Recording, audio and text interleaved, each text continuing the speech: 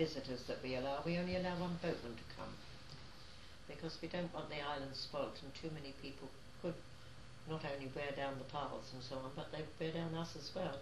So we only allow the one boatman, and I meet everybody that comes onto the island, so we never have strangers walking around. It makes an awful lot of difference. We don't provide rubbish bins, and nobody drops any rubbish. A lesson to be learned by somebody, I hope. And wasn't one of the previous owners, wasn't there a story about him and his monkeys? Yes. In fact, the previous owner to us, Mr. Whitehouse, he had monkeys, and he had them up in the woods, and he had a shed for them up there.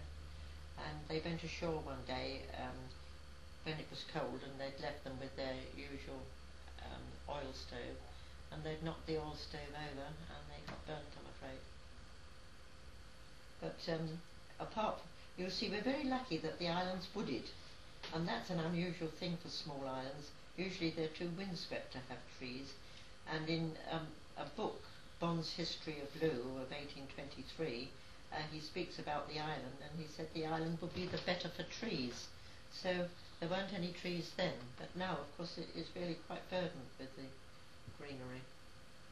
And it does mean we get woodland birds as well as seabirds. Could you tell us about how you get your electricity and your water? We're very lucky, we've got a spring. Most little islands this size don't. In fact, we have a friend who lives on an island in Scotland, and it's got many inhabitants, and they have to get their water from a nearby island, and in Scotland they don't work on a Sunday, so they get no water on Sunday.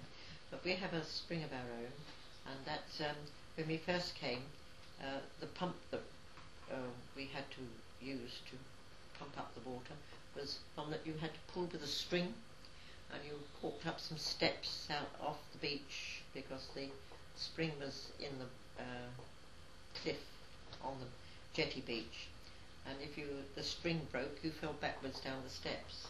But now we have an electric pump, which is much more modern and up to date. And touch wood, it hasn't let us down lately, and it's pumped up to tanks in the wood, and then they're storage tanks, and then it's gravity fed to each of the buildings. And now we have day visitors, of course. There was a great drain on our spring water for things like lavatories, and we have helpers who come and stay for the summer to help us with the visitors, and that was a drain on our spring water. So we made up our minds that the spring water should be kept for the most essential things like drinking and cooking and winemaking.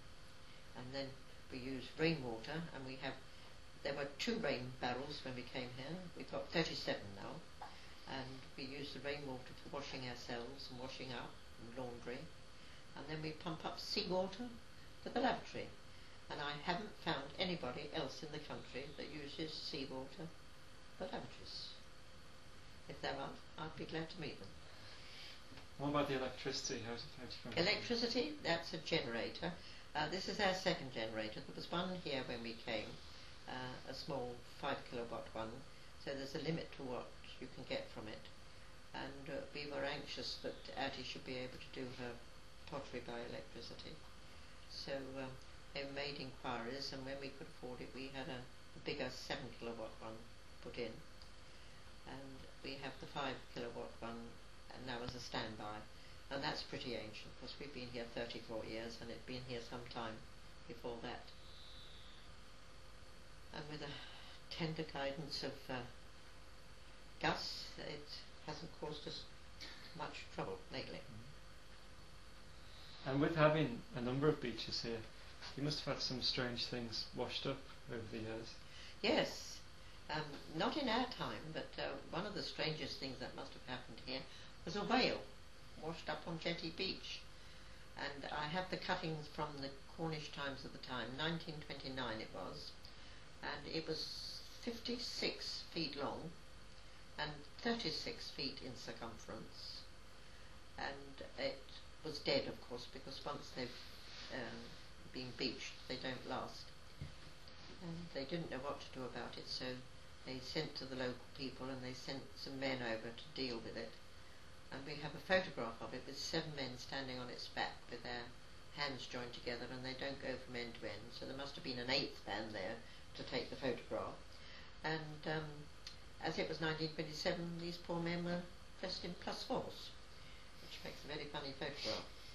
But in the end they decided to blow it up, and they were paid £5 to do this job, and they went back to the sailor to spend it on drink.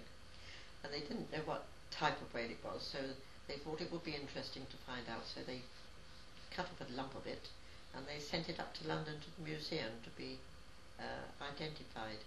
And this 100-weight lump of whale meat sat on Liskeard station, and everybody in Liskeard knew it was there. The smell was apparently very potent.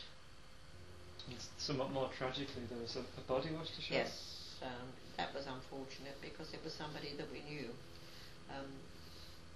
Soon we came here, I had my niece and nephew come to live on the island to help run it, and they had 3 small children which needed to go to school, so I had them over with me on the mainland and I looked after them. And of course I had a lot of commitments as a teacher. I had evening commitments that I had to go to, so I had to have somebody to look after the children for me when I was out. And this person used to come regularly whenever I needed her. She came and babysat for me, and she got a little bit elderly and a little bit distressed, and evidently she went wandering through the streets of West Looe in her nightie one night and fell in the river, and her body was washed up on the island. And somebody who worked for us at the time, Jack, he found her, and it was a Sunday.